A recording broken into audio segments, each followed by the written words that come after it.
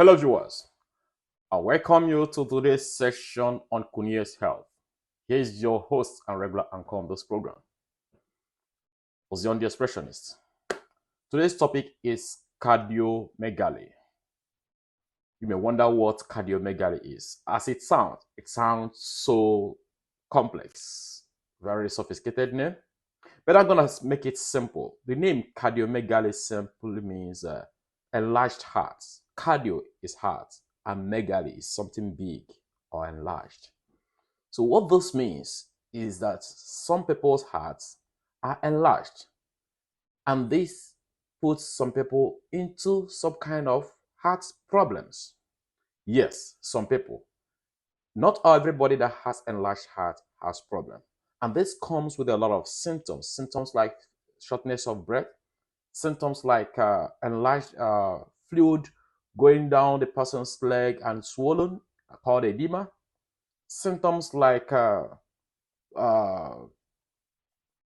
increased heartbeat, and you're having fatigue, and when you want to exercise or walk around, physical activity will be somehow not as it's supposed to be. Someone gets tired so easily. So with all the symptoms that come from the heart because of the heart problem, the basic thing here is how cardiomegaly, how enlarged heart could cause this, because those symptoms you see are similar to when someone is suffering from heart failure. Yes. Could equally have chest pain as symptoms as it manifests in someone with cardiomegaly.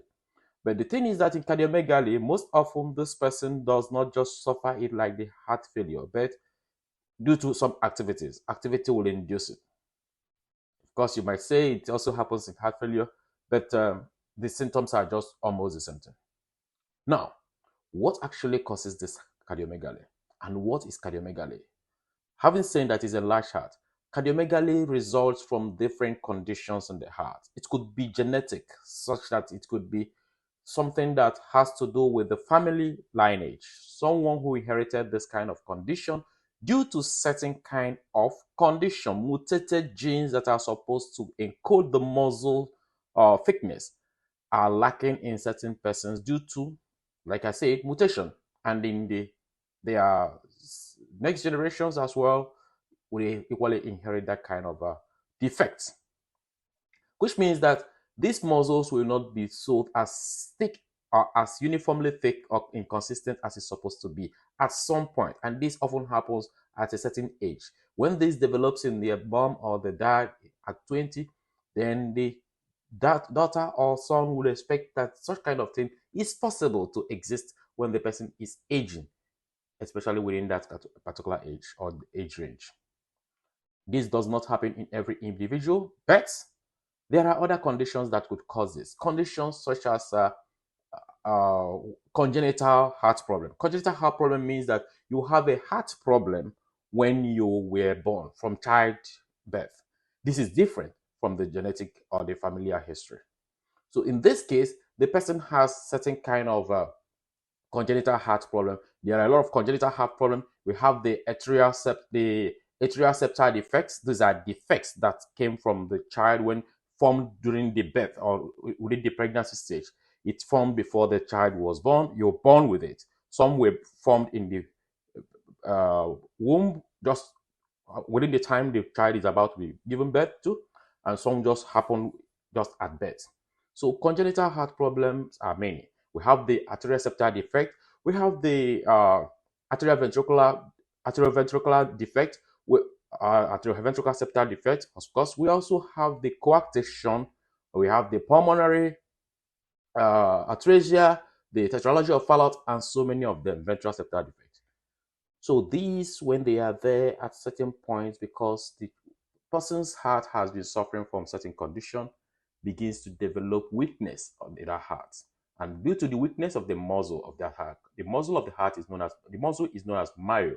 And due to this weakness, the person begins to have condition known as cardiomyopathy, weakened walls, which eventually results to enlargement, which comes from, most times it's within, which is the interior cavity getting that, or outside of it getting that causes the enlargement of the heart.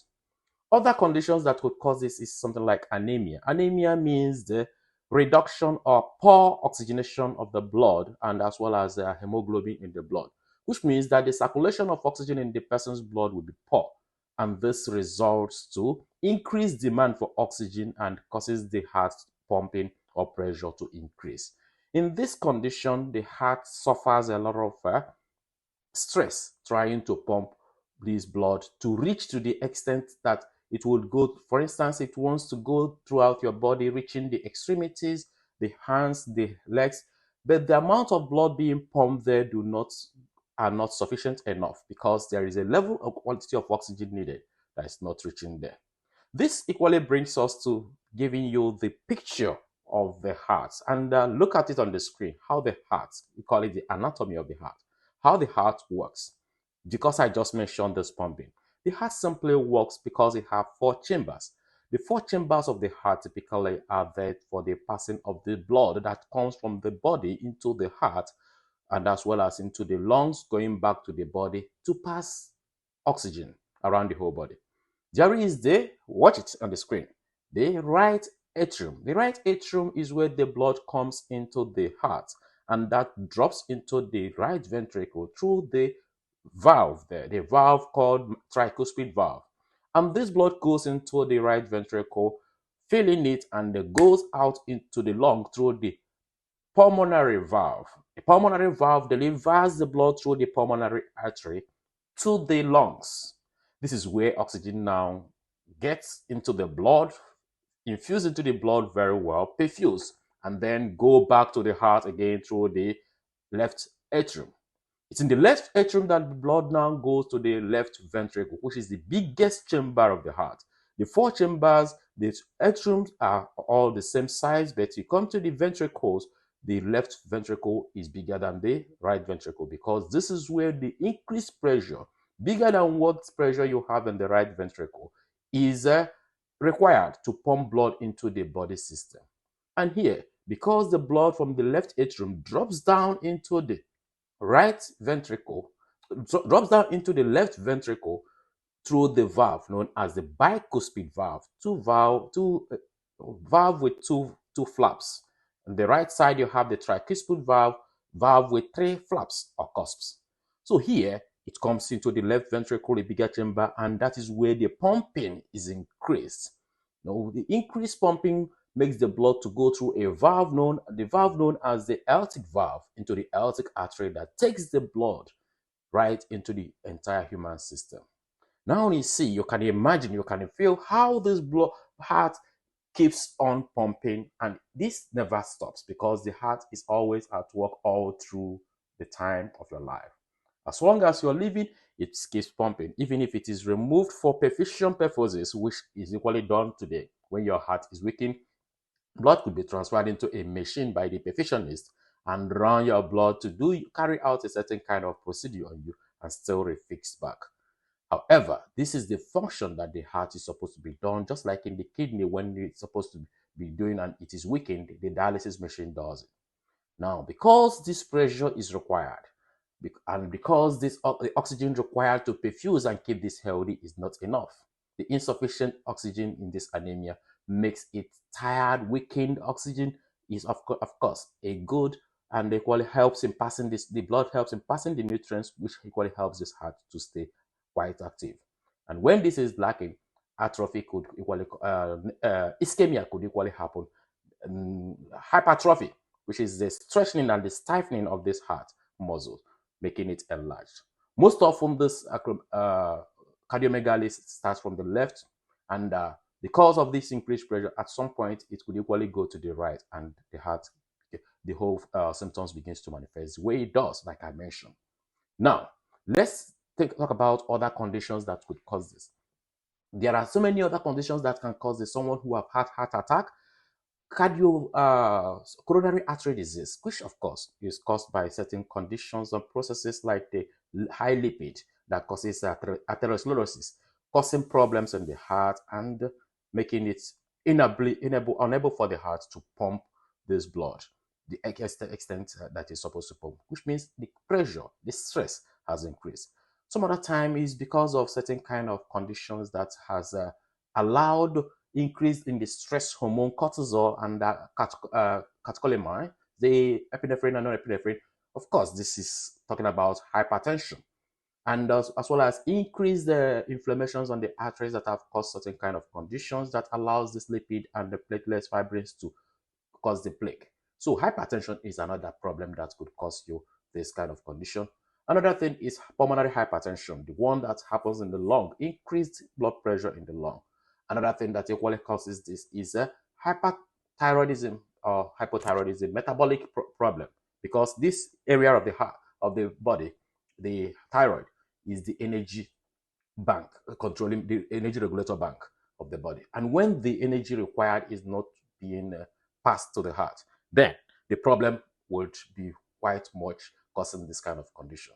Another thing that can cause this condition is what is called arrhythmia. Arrhythmia is a dysfunction of heartbeat, or the dysfunction of the what helps in heartbeat, the conduction of the heart.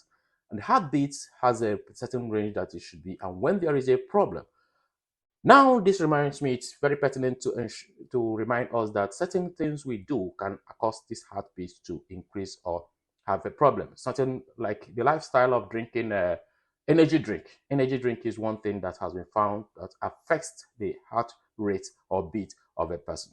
And that is something that is very pertinent to be noted.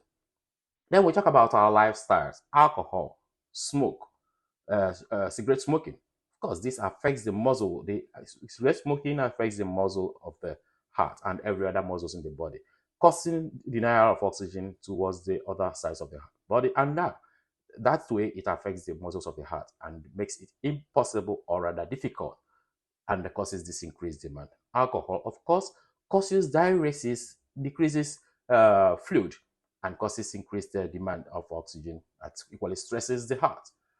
Other things that causes this is heart failure. Drugs, of course, can cause this condition, and several other factors could cause cardiomyopathy, because this, like infection can also cause cardiomyopathy, because infection in this area, like rheumatoid arthritis, someone having rheumatoid arthritis could equally have this. It has to do with inflammations, infections like strep that affect the heart, pericarditis, and all this. They can as well cause cardiomyopathy, because when these infections are not well treated, they leave certain kind of, I would say, scar or damage to the heart that results in terms of this stifling and stretches that makes it almost impossible for the heart to function very effectively. However, someone who exercises, very energetic exercise, can as well have a large heart. But this time, it is a different thing. How? Because the heart can be stretched, especially in that left side, due to increased pumping of the heart due to aerobic exercise. But that has not been seen as something that is dangerous. The enlargement of that side of the heart has not been seen as being dangerous. It's only a structural adjustment of the heart the uh, due to the activity of the individual.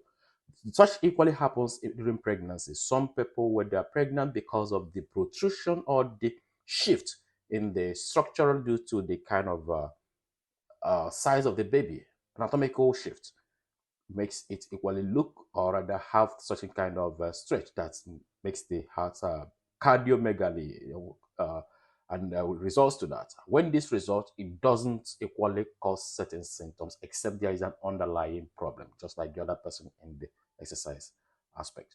So these are noted, and when this is supposed to be tested, diagnosed by the doctor, certain tests has to be done.